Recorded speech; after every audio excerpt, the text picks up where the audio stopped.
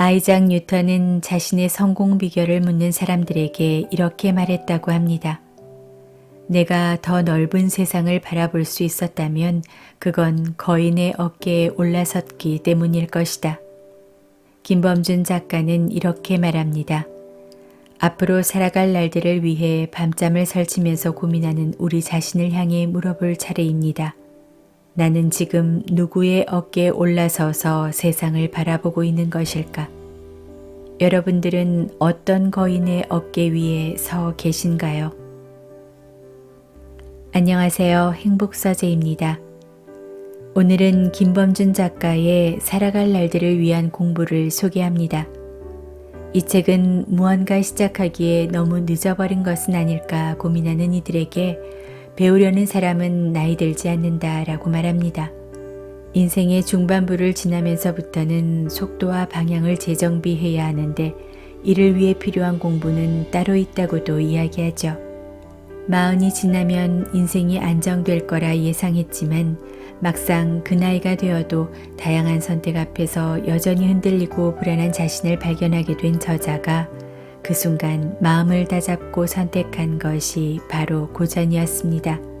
수천 년 동안 인류에게 오래된 지혜로 인정받아온 공자, 노자, 순자, 맹자, 그리고 묵자의 말을 통해 삶의 방향성을 세울 수 있었는데요. 저자는 동양 철학의 슈퍼스타인 오인의 어깨에 올라서 보는 건 어떨까 제시합니다. 이 중에서 오늘은 공자와 맹자 그리고 노자의 지혜를 읽어보고자 합니다.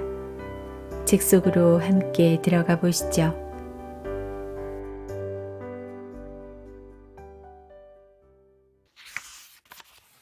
나이 40의 미움을 받는다면 끝장이다. 공자께서 말씀하셨습니다. 나이 40에 다른 사람의 미움을 받는다면 끝장이다. 직장에서 리더 역할을 하는 분들의 고민은 이러합니다. 젊은 직원들에게 업무에 대해 말할 때 섣부른 지식이나 질책을 할 수 없어서 답답하다고요. 말 한번 잘못했다간 바로 꼰대로 몰리기 때문이랍니다. 학교도 마찬가지라고 하더군요. 선생님이 학생의 잘못을 지적하거나 가르치려면 많이 조심해야 한다는 것이죠. 왜냐고요? 잘하려고 하다가 자칫 고발을 당할 수도 있으니까요. 서로 조심해서 말하는 건 나쁘지 않습니다. 하지만 문제가 있습니다. 직장과 학교에서 벌어지는 이런 일들이 결국 사회적인 안전에도 나쁜 영향을 준다는 겁니다. 예를 들어 볼까요? 지하철에서 누군가 싸웁니다. 이때 우리가 할 일은 무엇일까? 과거라면 사람들이 나서서 말리려고 했겠으나 요즘에는 눈을 돌리거나 방관자가 되는 게 일반적입니다. 괜히 개입했다가 잘못하면 봉변을 당할 수 있기 때문입니다. 어쩌다 이렇게 된 걸까요? 혹시 미움받을 용기가 실종되어서 아닐까요? 이런 모습의 1차적 책임은 어른에게 있습니다. 우리 사회에 어른들이 없다는 개탄의 소리가 높은 것도 사실입니다. 왜일까요? 어른들이 악역을 담당하기 싫어하기 때문은 아닐까요? 아쉽습니다. 어른이라면 이런 때 나서서 중재하며 존경받고 싶을 테니까요. 사람은 누구나 타인으로부터 인정받고 싶어 합니다. 이는 미국의 심리학자 에이브러햄 매슬로가 주장한 인간에게 있는 5가지의 욕구에서 근거를 찾을 수 있습니다. 매슬로에 의하면 인간은 생존을 위해 가장 기본적인 생리적 욕구, 그 다음으로 안전 욕구, 이후로 사회적 욕구인 애정과 소속의 욕구, 자기 존중의 욕구, 그리고 자아 실현의 욕구를 단계적으로 추구합니다. 마지막 단계인 자기 존중의 욕구란 누군가로부터 높임을 받고 주목과 인정을 받고자 하는 욕구입니다. 우리가 흔히들 말하는 명예욕, 권력욕 등도 이 단계에 속하며 더 높은 차원의 자신감, 독립심, 자유 같은 자존감도 이에 속하는데 말하자면 자기 존중의 욕구는 사회적 활동을 하는 인간으로서 자기를 완성하는 원천이며 자신을 분출시키는 엔진이라 할 수 있습니다. 그런데 요즘 우리 사회에서는 이 자기 존중 욕구를 함부로 내세우기가 힘들어졌습니다. 개인의 인권이 괄목할 만큼 고양되고 사회적 가치가 다원화되는 건 좋은 일이지만 이로 인해 사람들의 욕구가 소극적으로 변해버렸습니다. 타인을 존중하게 된 것은 좋으나 공동체의 질서와 이익에 반하는 경우까지 침묵하게 된 것이죠. 거짓, 폭력, 불법 등의 행위자에 대해서는 강력한 사회적 눈총이 있어야 하고 고개를 들고 다닐 수 없게 하여야 합니다. 그래야 오늘보다 더 나은 사회에서 살 수 있을 테고요. 그러니 우리부터 조그만 악행도 그냥 넘어가지 않는 단호함이 있어야 합니다. 더 나은 사회를 위해 미움받을 용기가 필요한 이유입니다. 하지만 미움받을 용기에 무작정 머물러서는 곤란합니다. 결국 미움은 사랑으로 승화되어야 하는 것이기 때문입니다. 미움을 받겠다라고 생각하며 일상의 모든 순간을 상대방에 맞서다 보면 돌아오는 건 존경 대신 회피 혹은 전쟁일 겁니다. 특히 미움받을 용기가 꼰대짓 해도 되는 무모함으로 치환되는 건 결사 반대해야 합니다. 공자 역시 이를 경계했습니다. 공자께서 말씀하셨습니다. 나이 40에 다른 사람의 미움을 받는다면 끝장이다. 마지막 문구 기종야이에서 종을 조금 세게 발음해 볼까요? 쫑으로 발음됩니다. 우리가 은어처럼 사용하는 말이 있습니다. 쫑나다. 물론 바른 표준어가 아닙니다. 끝나다라고 쓰는 것이 적절합니다. 하지만 우리가 이 순간만큼은 조금 된소리 발음을 해야 오히려 그 의미가 강하게 다가옵니다. 다시 한번 읽어보시죠. 기쫑야이. 그렇습니다. 나이 40이 되어서까지 누군가의 미움을 받고 있다면 그 사람은 말 그대로 쫑나버립니다. 예를 들어 볼까요? 한 회사의 리더가 부하 직원의 책임감 없는 행동에 울컥 화부터 냅니다. 자연스러운 감정 아니냐고 반문할 수 있습니다. 하지만 자신도 모르게 욱하는 심리를 스스로 용인해서는 공자의 말처럼 쫑날 수가 있습니다. 공자의 말 중에 유명한 누구나 다 아는 말이 있습니다. 위정편에 있는 유명한 글이 그것입니다. 나는 15살에 학문의 뜻을 세웠고 30살에 자립하였으며 40살에는 미혹되지 않았고 50살에는 천명을 알게 되었으며 60살에는 듣는 대로 이해가 되었고 70살에는 마음이 하고 싶은 대로 따라도 법도를 넘지 않았다. 굳이 논어를 읽어보지 않은 사람이라도 익히 알고 있는 말일 겁니다. 그런데 저는 특히 40의 나이에 갖춰야 할 태도, 즉 불옥이라는 단어가 마음을 때립니다. 40, 제 경험을 돌이켜봐도 결정적인 순간이었습니다. 좋은 점으로나 나쁜 점으로나 사회생활을 하면서 받은 스트레스가 누적되어 최고조에 이른 시기, 경제활동을 하면서 얻은 여유로움이 풍성해진 시기, 바로 이 인생의 갈림길에서 20대, 30대처럼 좌충우돌해서는 안 되었는데 저는 몸과 마음을 모두 축내고 쓰러졌던 것 같습니다. 새로운 길을 내면서 앞으로 나아가야 했음에도 길을 내기는커녕 오히려 남들이 만들어 놓은 수많은 길들 속에서 길을 잃어버렸습니다. 지위를 잃었고 돈을 잃었으며 인간관계도 잃었습니다. 그건 모두 세상의 미혹함에 쉽게 유혹되어 버린 저의 부족함 때문이 아니었나 싶습니다. 미혹되지 말고 오히려 기회를 얻어야 했음에도 말입니다. 그러기에 공자의 조언은 시간이 지난 지금 다시 되돌아보면 더욱 강렬합니다. 40에 접어들어서 잘못된 길로 발을 내디디며 비롯된 것들이 아쉽습니다. 40은 나 자신을 단단하게 만들어야 하는 리엔지니어링의 시기였음에도 오히려 모래성처럼 쌓아 올려진 위태로운 지위와 재산을 스스로 허물고 말았으니까요. 아마 저는 40에 너무나 자신감이 넘쳤던 듯 합니다. 유혹에 흔들리지 말고 미움받지 말아야 할 시기에 스스로 돌아보려는 노력을 등한시했습니다. 마흔의 공자는 일종의 백수였다고 합니다. 여러 나라를 돌아다니며 자신을 써줄 왕을 찾았으나 실패했죠. 하지만 그는 자신을 되돌아보고 학문적 깊이를 더하며 제자를 양성함에 힘씁니다. 그리고 마흔을 넘어 시대의 아이콘이 됩니다. 나이가 들수록 지위가 높아질수록 허튼 유혹을 이겨낼 줄 알아야 합니다. 상대방을 함부로 대해도 된다는 일종의 잘못된 미움받을 용기와의 결별이 필요합니다. 마흔에 필요한 것은 권위를 내려놓을 용기와 스스로 불완전하다고 말할 수 있는 용기이지 미움받을 용기는 아닙니다. 마흔이 되어서도 여전히 미움이나 받고 있다면 그는 공자의 말대로 쫑난 것일 겁니다. 그렇다면 미움받지 않고 살아가는 방법은 무엇일까요? 이에 대해 공자는 다음의 4가지를 미움받는 사례로 들고 있습니다. 군자도 미워할 수밖에 없는 상황이라고 하니 우리와 같은 평범한 사람들에게도 마찬가지일 겁니다. 첫째, 남의 악함을 말하는 자를 미워한다. 둘째, 밑에서 윗사람을 회방하는 자를 미워한다. 셋째, 용기만 있고 예의가 없는 자를 미워한다.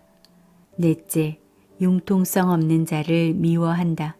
상대방에 대해 잘 알지도 못하면서 스스로 지혜롭다고 여기며 상대방에 감추고 싶은 비밀까지 폭로하는 사람. 그래놓고는 왜 나는 사실을 말했을 뿐인데 라며 반문하는 융통성 제로의 사람. 상대방에 대해 기본적 예의도 없이 불손하고 교만하게 굴면서 스스로 용기가 있다고 여기는 사람 등 말만 들어도 짜증이 납니다. 정말 최악의 인간상 아닐까요? 공자는 이런 사람들을 보고 어떻게 말합니까? 맞습니다. 쫑났다라고 합니다. 기종야이, 아니 기쫑야이가 되는 것이죠. 공자는 이 미움을 받아 끝장날 수 있는 시기를 마흔으로 둡니다. 마흔은 불혹이라 하여 주위의 유혹에 쉽게 흔들리지 말아야 할 나이라는 겁니다. 완성된 덕을 베풀고 지도자의 길로 나아가야 할 시기라는 것이죠. 그런데 그 나이에 접어들고서도 자기 잘못으로 남의 미움을 받는다면 그건 말 그대로 끝장이 난 겁니다.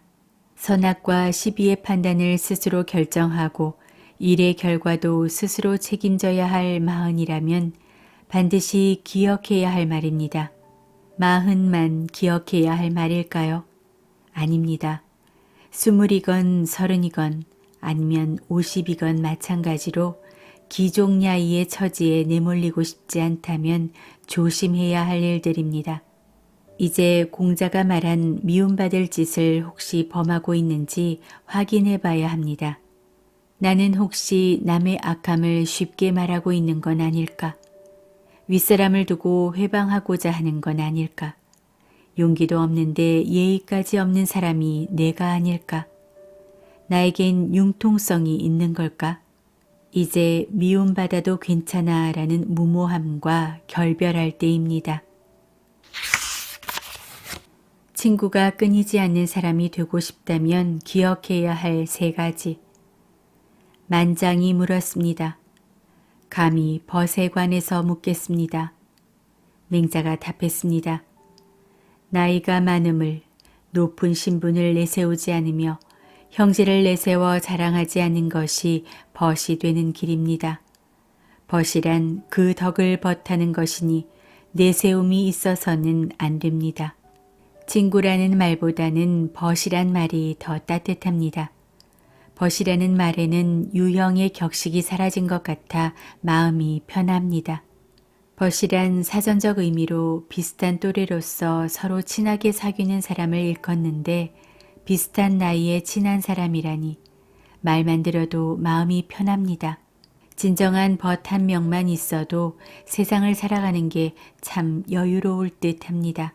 하지만 벗을 만들고 또 그 관계를 유지하는 건 생각만큼 쉽지 않습니다.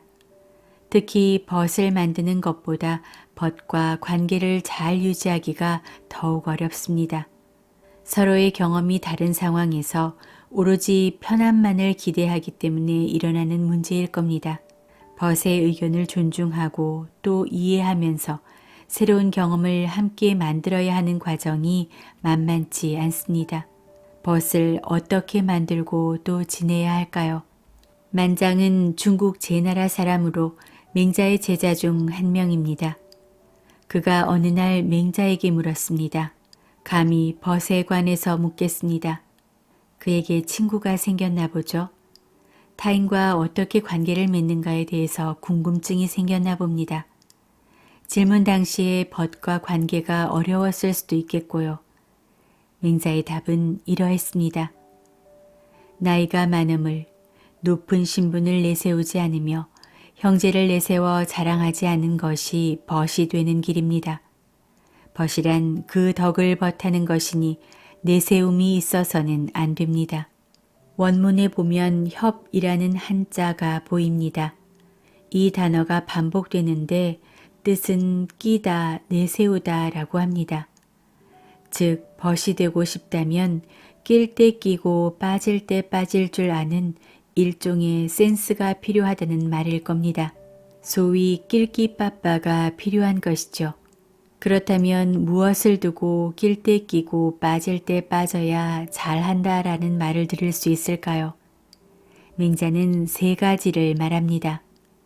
첫째, 나이가 많음을 내세우지 말 것.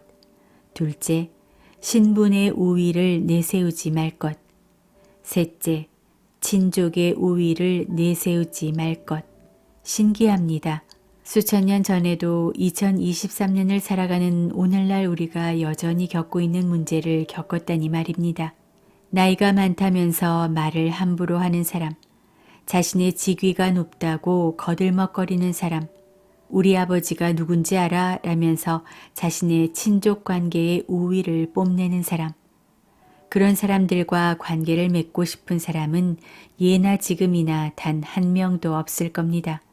맹자는 세 가지로 말했으나 사실은 단 하나의 화두를 우리에게 던진 것 아닌가 합니다. 그건 바로 벗 앞에서는 그 어느 것도 내세우려는 마음을 갖지 말 것이라는 겁니다. 벗을 사귀매는 이해가 아닌 덕을 보고 사귀어야 하고 이해관계가 아닌 덕의 관계로 사귀어야 한다는 것입니다. 내세움은 상대방에게 괴로움으로 여겨지기 쉽기 때문입니다. 내세움, 이것 하나를 조절하는 게 그토록 어렵다니 안타깝습니다. 수천 년이 되도록 해결하지 못한 인간관계의 문제인 것이죠. 하지만 우리는 여기에서 오히려 하나의 교훈을 얻을 수 있습니다. 내세움만 잘 조절해도 친구가 끊이지 않는 기회가 올 것이라는 것입니다. 내세우지만 않아도 인간관계는 긍정적 마디를 만들면서 오히려 성장할 수 있습니다. 나이가 많다고, 지위가 높다고, 배경이 든든하다고 벗에게 자랑하는 순간 모든 인간관계가 끝이 나는 것이라는 사실. 이것만 알아도 주변에 좋은 사람들이 다가옵니다. 다가온 사람과 평화로운 인간관계를 맺을 수도 있고요. 물론 이렇게 벗을 만들고 관계를 유지한다는 것은 노력이 필요한 과정이라는 점도 인정합니다. 당연히 어려운 일입니다. 하지만 벗을 만들기 위해서는 내세움을 덜어낸 우리가 먼저 적극적으로 다가가야 할 것이고 상대방에게 관심을 가지고 존중해야 하며 결국 서로 솔직하게 대화할 수 있는 분위기를 만들어야 합니다. 이를 통해 서로를 지지하고 도와주는 관계를 형성해 나가면서 서로의 성장을 위해 도움이 되는 사람으로 각자 발전함은 물론이고요. 맹자의 생각은 단순히 벗의 많고 적음에서 그치지 않습니다.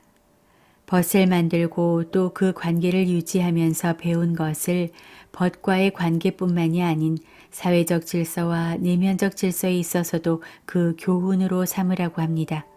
아랫사람으로서 위를 공경하는 일을 귀한 일을 귀히 여김이라 이르고 윗사람으로서 아랫사람을 공경하는 일을 어진 일을 존경함이라고 부릅니다. 귀귀와 존현은 그 뜻이 같습니다. 맹자는 벗을 만들고 사귀는 목표를 단순히 개인 차원에서 끝내지 않았습니다. 벗이란 사회에서 어떻게 살아가야 할지를 설명하기 위한 하나의 사례였던 겁니다. 맹자에 따르면 어쩔 수 없이 상하 수직적 구조가 발생할 수밖에 없는 사회 속에서 아랫사람과 윗사람은 각자 맡은 바 최선의 노력을 다하는 게 옳습니다. 그래야 사회가 돌아갑니다. 그렇다면 맹자는 오로지 귀한 것, 예를 들어 자신보다 우위에 있는 사람을 귀하게 여기라고 한 걸까요? 아닙니다.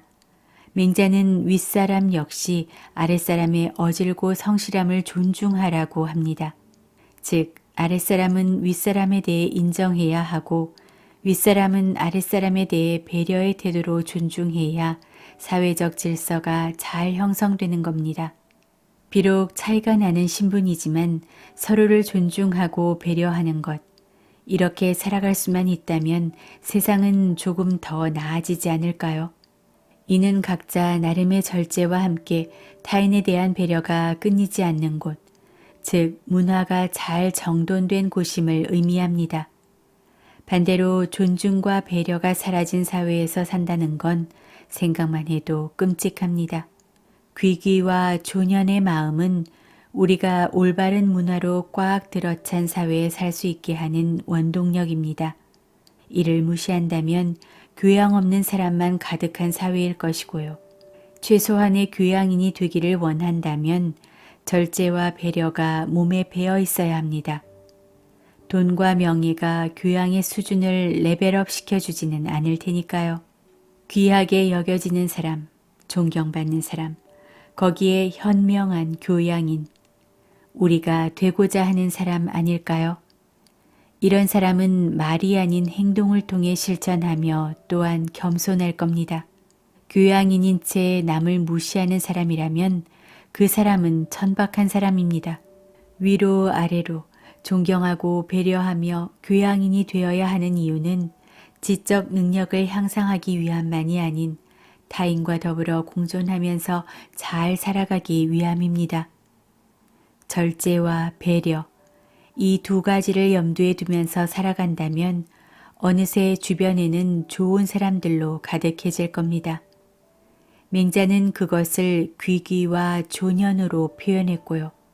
맹자의 가르침을 통해 자신의 주변부터 존중하고 배려해보면 어떨까요? 상대방을 귀하게 여겼을 때 우리에게 돌아오는 것은 존경일 테니까요. 움켜쥐고 놓지 않으려 하다가 통째로 잃는다. 넘치도록 가득 채우려는 것은 적당할 때 멈추는 것만 못합니다. 지나치게 날카롭게 갈게 되면 오래 보존할 수가 없습니다.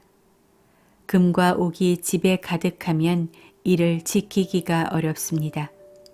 부귀와 명예는 스스로 허물을 남기게 합니다.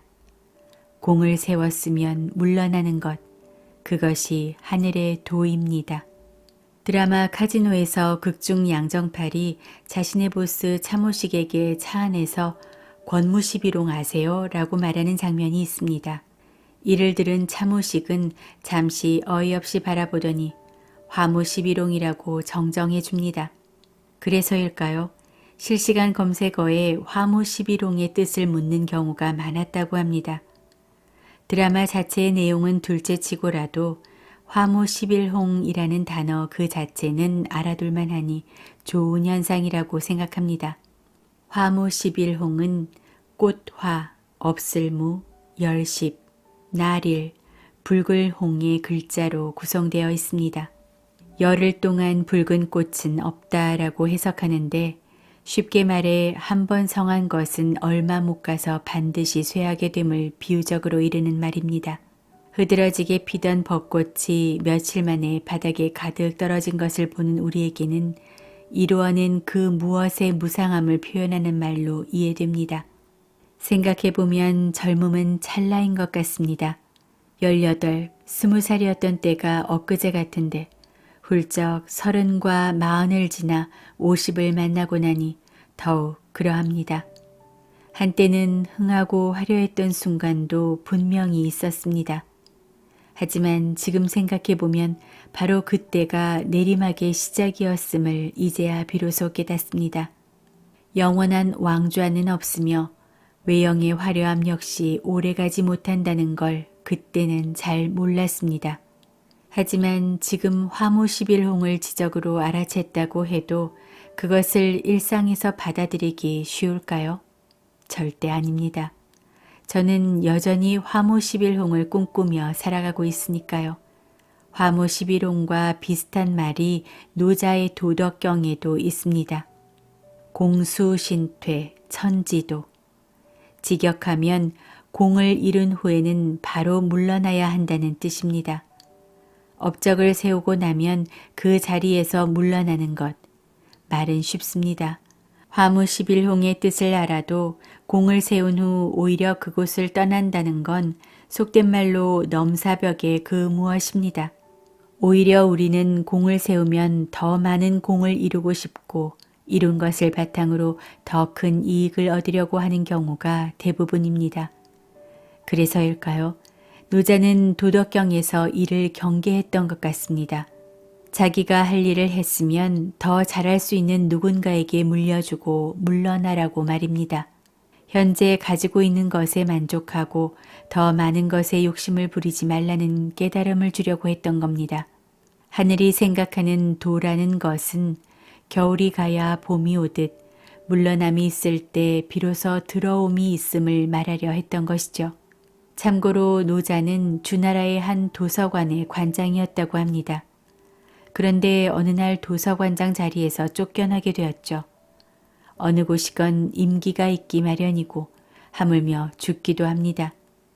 인생이 이와 같음에도 우리는 돈에 집착하고 명예를 추구하면서 하루하루를 고통 속에서 살아가고 있습니다. 자발적 환자가 되어버리는 것이죠. 후진국일수록 노인의 지혜가 필요하기에 어린아이의 죽음보다 노인의 죽음을 슬퍼한다고 합니다. 선진국이 되면 어른의 지혜보다 미래의 희망이 중요하기 때문에 노인의 죽음보다 아이의 죽음을 더 슬퍼하고요. 생각해보니 그렇습니다. 우리 역시 아이들이 사건과 사고로 희생되면 그 아이가 단 한 명이라도 온 국민이 함께 슬퍼합니다. 선진국에서 젊은 세대를 더 보호하려는 이유는 나이가 들수록 잘못된 관념을 갖기가 쉽기 때문입니다. 우리가 무엇인가를 선택할 때는 무작정 믿기보다는 의문부터 가져야 합니다.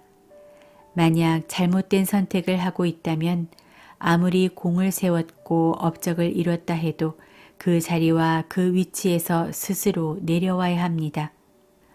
물론 박수 받을 때 무작정 떠나라는 것은 아닙니다. 모 코미디언이 한 방송사의 공로상을 받으면서 말한 소감이 화제가 되었습니다.